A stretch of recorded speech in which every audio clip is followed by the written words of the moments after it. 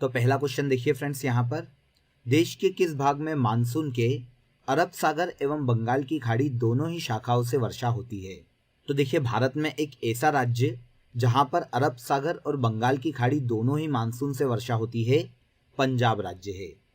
Answer C. Bharat के किस भाग में सर्वाधिक दैनिक तापांतर पाया जाता है? तो देखिए टेम्परेचर का सबसे ज़्यादा डिफरेंस जो है वो राजस्थान के मरुस्थलीय क्षेत्रों में पाया जाता है।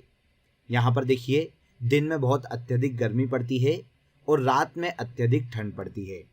तो टेम्परेचर का जो डिफरेंस है सबसे ज़्यादा राजस्थान के मरुस्थल में देखने को मिलता है। अक्टूबर और नवंबर के महीनों में कहाँ अधिक वर्षा होती है? तो देखिए भारत का जो तमिलनाडु का तट है फ्रेंड्स, इसे कोरोमंडल तट के नाम से जाना जाता है। तमिलनाडु के कोरोमंडल तट पर फ्रेंड्स अक्टूबर नवंबर माह में लौटते हुए मानसून से वर्षा होती है। तो कोरोमंडल तट यहाँ पर सही आंसर हो जाएगा। ओके, इसके बाद अगले क्वेश्चन पर आ जाइए। भारत के उत्तर पश्चिमी भाग में शीतकालीन वर्षा का कारण क्या है? तो देखिए अगर हम भारत का मैप देखें फ्रेंड्स, तो भारत का जो उत्तर पश्चिमी क्षेत्र है, यहाँ पर देखिए पश्चिमी विक्षोभ से ठंड के दिनों में वर्षा होती है।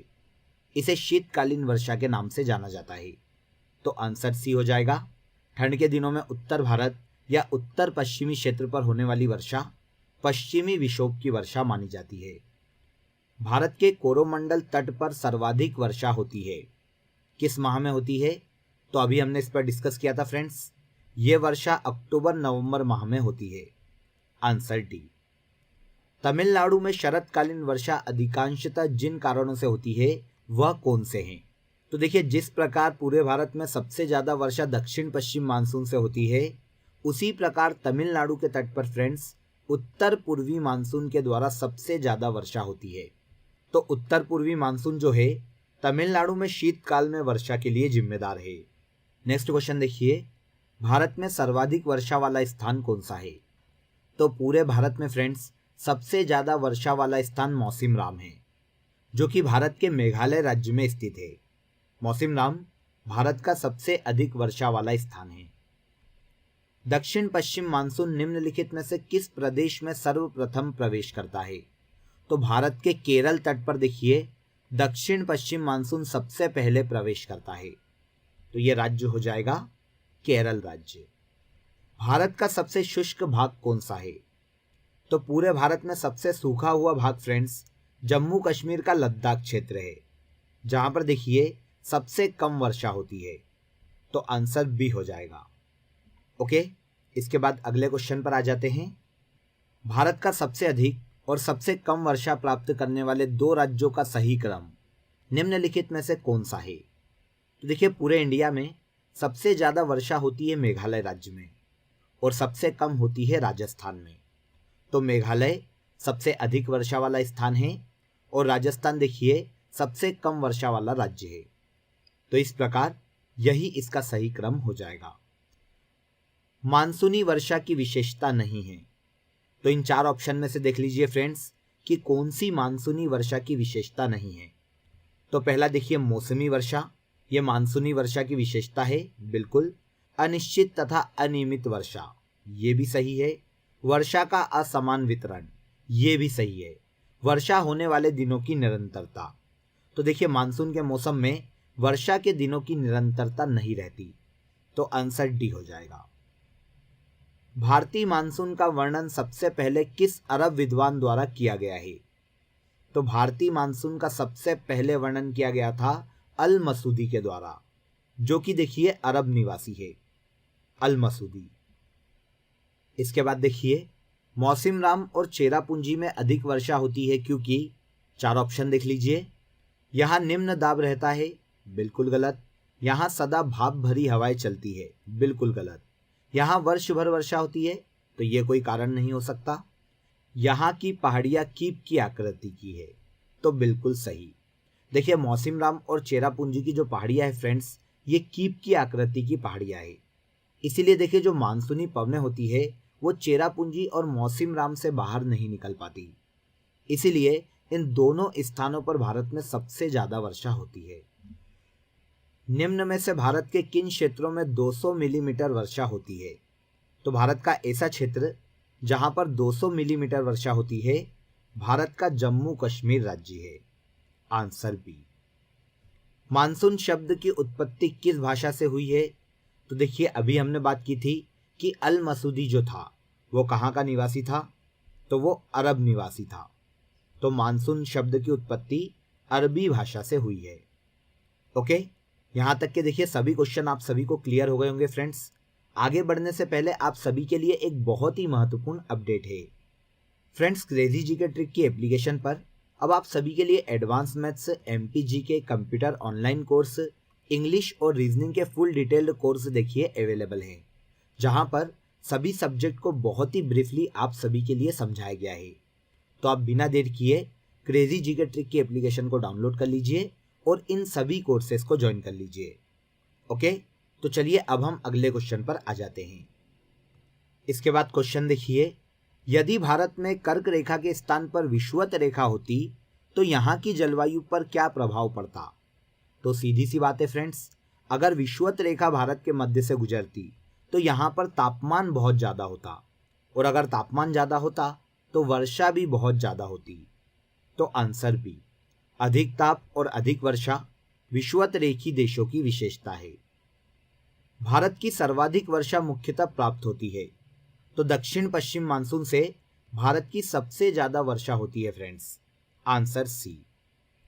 ग्रीष्मकाल में आने वाले तूफानों को निम्नलिखित में से किस राज्य में काल बैसाखी के नाम से जाना जाता है? तो काल बैसाखी ग्रीष्मकाल में आने वाले तूफान होते हैं फ्रेंड्स। इन्हें देखिए, काल बैसाखी का जो नाम है वो पश्चिम बंगाल राज्य में दिया गया है। तो पश्चिम बंगाल राज्य में ग्रीष्म ऋतु में आने वाले तूफानों को काल बैसाखी के नाम से जाना जाता है। भारत में वर्षा का औसत है, तो पूरे भारत में देखिए 118 सेंटीमीटर औसत वर्षा होती है। Answer B. भारतवर्ष में सर्वाधिक वर्षा वाला क्षेत्र कौन सा है? तो पूरे भारत में देखिए पश्चिमी घाट, हिमालय क्षेत्र और मेघालय, ये भारत के सबसे अधिक वर्षा वाले क्षेत्र है। कौन कौन से हैं? पश्चिमी घाट, हिमालय और मेघालय। निम्नलिखित में से कौन से कथन उष्णकटिबंधीय सदाबहार वनों के संदर्भ में सत्य हैं? तो कथन देख लेते हैं फ्रेंड्स। ये वन शीत एवं शुष्क प्रदेशों में पाए जाते हैं। बिल्कुल गलत। इन वन क्षेत्रों में वार्षिक वर्षा 200 सेंटीमीटर से अधिक होती है। तो ये ऑप्शन देखिए यहाँ पर बिल्कुल सही है। उष्णकटिबंधीय सदाबहार वन उन क्षेत्रों में पाए जाते हैं जहाँ पर देखिए वार्षिक वर्षा 200 सेंटीमीटर से अधिक होती है। तो ऐसे क्षेत्रों में उष्णकटिबंधीय सदाबहार वन देखने को मिल जाएंगे। इसके बाद अगले क्वेश्चन पर आ जाइए। भारत के उत्तर पश्चिमी भाग में शीतकाल में वर्षा होती है। तो देखिए, भारत का जो उत्तर पश्चिमी क्षेत्र है, शीतकाल में होने वाली जो वर्षा है वो पश्चिमी विक्षोभ से होती है। अभी जस्ट हमने इसको डिस्कस किया था। तो आंसर सी यहां पर सही हो जाएगा। दिल्ली में अधिक वार्षिक तापांतर का कारण क्या है? तो देखिए, दिल्ली समुद्र से सबसे ज़्यादा दूरी पर है फ्रेंड्स, इसीलिए यहाँ पर वार्षिक तापांतर अधिक होता है। Answer D. नेक्स्ट क्वेश्चन देखिए। भारत का अधिकांश भाग कर्क रेखा के उत्तर में स्थित है, पर इसे एक उष्णकटिबंधीय देश कहते हैं क्योंकि? तो देखिए, भारत को उष्णकटिबंधीय क्षेत्र कहने के क्या कारण है? सबसे पहला ऑप्शन देखिए, कर्क रेखा भारत के मध्य से गुजरती है, तो ये कारण है क्या? बिल्कुल नहीं। भारत के निवासी उष्णकटिबंध से आए हैं, बिल्कुल गलत। जनसंख्या का अधिक घनीकरण उष्णकटिबंधीय भाग में है, बिल्कुल गलत है। देश की जलवायु का निर्धारण उष्णकटिबंधीय मानसून से होता है, तो ये बिल्कुल सही है। देखिए, देश की जो जलवायु है, क्योंकि ये उष्णकटिबंधीय जलवायु है और उष्णकटिबंधीय मानसून देश की जलवायु को निर्धारित करता है, इसीलिए भारत एक उष्णकटिबंधीय देश है। Answer D. इसके बाद क्वेश्चन देखिए। भारत में वर्षा का आधिक्य होते हुए भी यह देश प्यासी धरती समझा जाता है, इसका कारण है? तो कारण देखिए, वर्षा के पानी का तेजी से बह जाना, तो यह एक कारण है। इसके बाद देखिए, वर्षा का पानी शीघ्रता से भाप बनकर उड़ जाता है, बिल्कुल सही। वर्षा का कुछ माह तक ही जोर होना, तो ये भी बिल्कुल एक कारण है। तो इस प्रकार देखिए, यहाँ पर सभी कथन सत्य है, इसीलिए भारत को प्यासी भूमि का देश कहा जाता है? इनमें से सभी। जम्मू कश्मीर में होने वाली शीतकालीन वर्षा का कारण कौन सा है? तो देखिए, जम्मू कश्मीर का जो क्षेत्र है वो भारत के उत्तर पश्चिम का क्षेत्र है। तो उत्तर पश्चिम क्षेत्र में शीतकालीन वर्षा पश्चिमी विक्षोभ के कारण होती है। Answer B. चेन्नई में जाड़ों में वर्षा होती है, तो इसका कारण क्या है फ्रेंड्स? तो देखिए, चेन्नई जो है भारत के तमिलनाडु राज्य में स्थित है। तो भारत के तमिलनाडु या चेन्नई क्षेत्र में उत्तर पूर्वी मानसून के कारण ठंड के दिनों में वर्षा होती है। इसे ही लौटता हुआ मानसून कहा जाता है। तो उत्तर पूर्वी मानसून। भारत में सबसे कम वर्षा का क्षेत्र कौन सा है? तो देखिए फ्रेंड्स, भारत में कच्छ की खाड़ी से लेकर पश्चिम में पंजाब हरियाणा का जो क्षेत्र है, जो कि राजस्थान से होकर गुजरता है, यह भारत में सबसे कम वर्षा वाला बेल्ट है। तो आंसर ए। कच्छ से लेकर पंजाब हरियाणा तक भारत में सबसे कम वर्षा वाला क्षेत्र है। निम्नलिखित में से किस स्थान पर सबसे कम वार्षिक वर्षा होती है? तो इन 4 प्लेसेस में से फ्रेंड्स सबसे कम वार्षिक वर्षा लेह में होती है, जो कि भारत के लद्दाख राज्य में स्थित है। लद्दाख राज्य का लेह भारत में सबसे कम वार्षिक वर्षा वाला स्थान है। विश्व में सर्वाधिक वर्षा मौसिनराम में होने का कारण क्या है? तो देखिए, अभी हमने इस पर डिस्कस किया था। मौसिनराम और चेरापूंजी में देखिए जो पहाड़ी है वो कीप की आकृति की है। कीपाकार आकृति होने के कारण दक्षिण पश्चिम मानसून देखिए मौसिनराम से बाहर नहीं निकल पाता, इसीलिए मौसिनराम सबसे अधिक वर्षा वाला स्थान बन जाता है। किस कारण से? पहाड़ियों का कीपाकार आकृति का होना। दक्षिण पश्चिम मानसून से संपूर्ण भारत में कुल कितने प्रतिशत वर्षा होती है? तो देखिए, दक्षिण पश्चिम मानसून के द्वारा फ्रेंड्स पूरे भारत में 75% तक वर्षा होती है, और बाकी जो वर्षा बचती है वो उत्तर पूर्वी मानसून या पश्चिमी विक्षोभों के द्वारा होती है। तो लगभग 75% वर्षा भारत में दक्षिण पश्चिम मानसून के द्वारा होती है। आम्र वर्षा है, तो देखिए मैंगो शॉवर के नाम से इसे जाना जाता है। अब ये जो वर्षा है फ्रेंड्स, मार्च अप्रैल के माह में बिहार और बंगाल में होने वाली वर्षा है।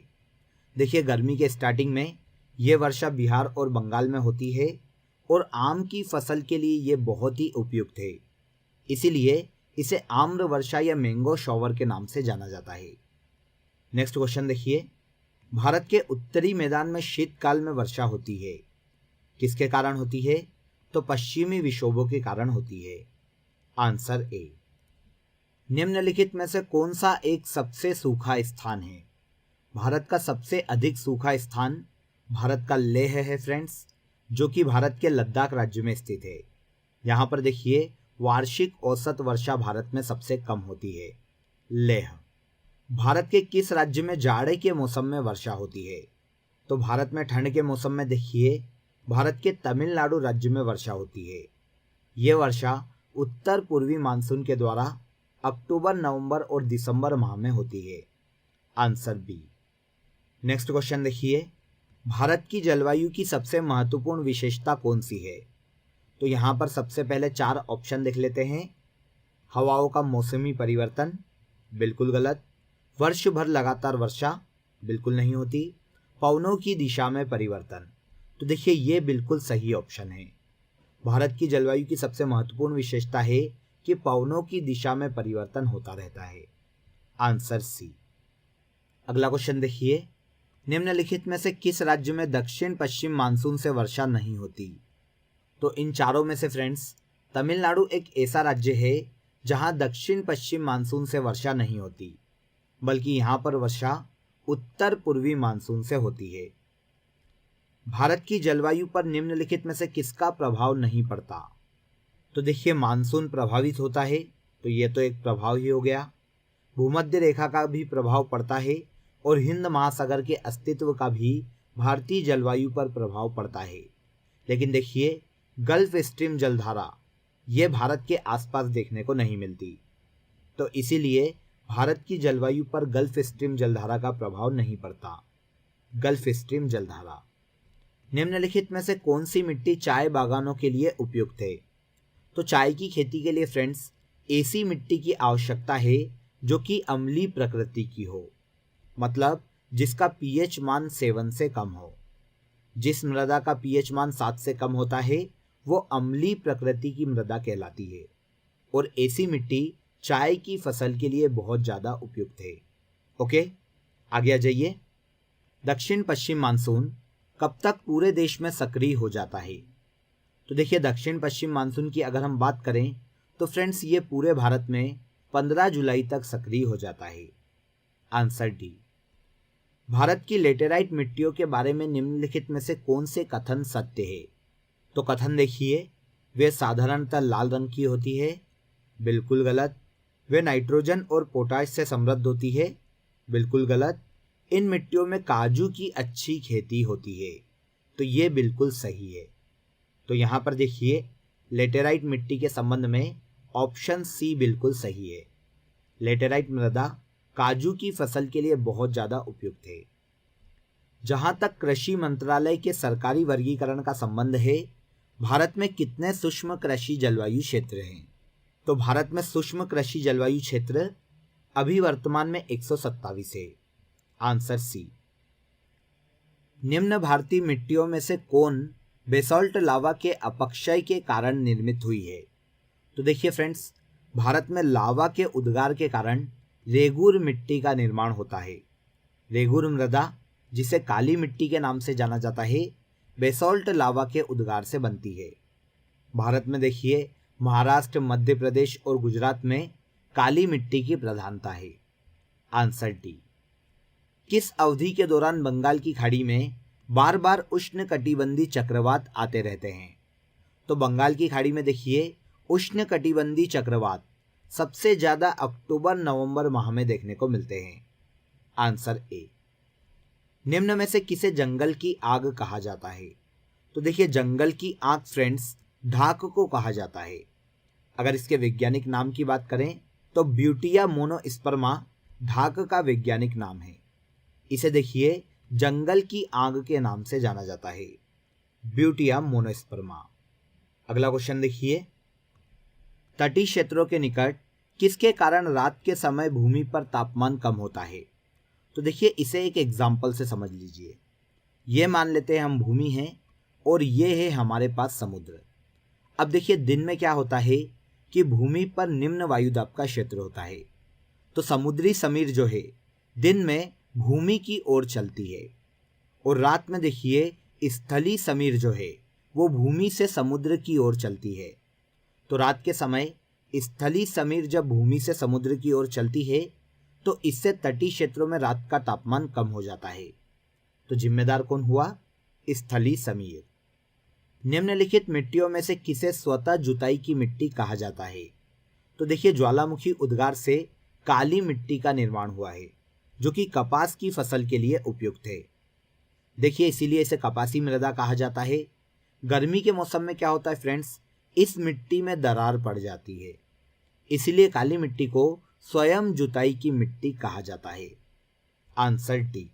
कपास की काली मिट्टी स्वयं जोतो मिट्टी के नाम से जानी जाती है, और क्योंकि यह कपास की फसल के लिए भी उपयुक्त है, इसीलिए इसे कपासी मृदा भी कहा जाता है। भारत के किस राज्य में सर्वाधिक वर्षा होती है? भारत में फ्रेंड्स सबसे ज्यादा वर्षा मेघालय राज्य में होती है।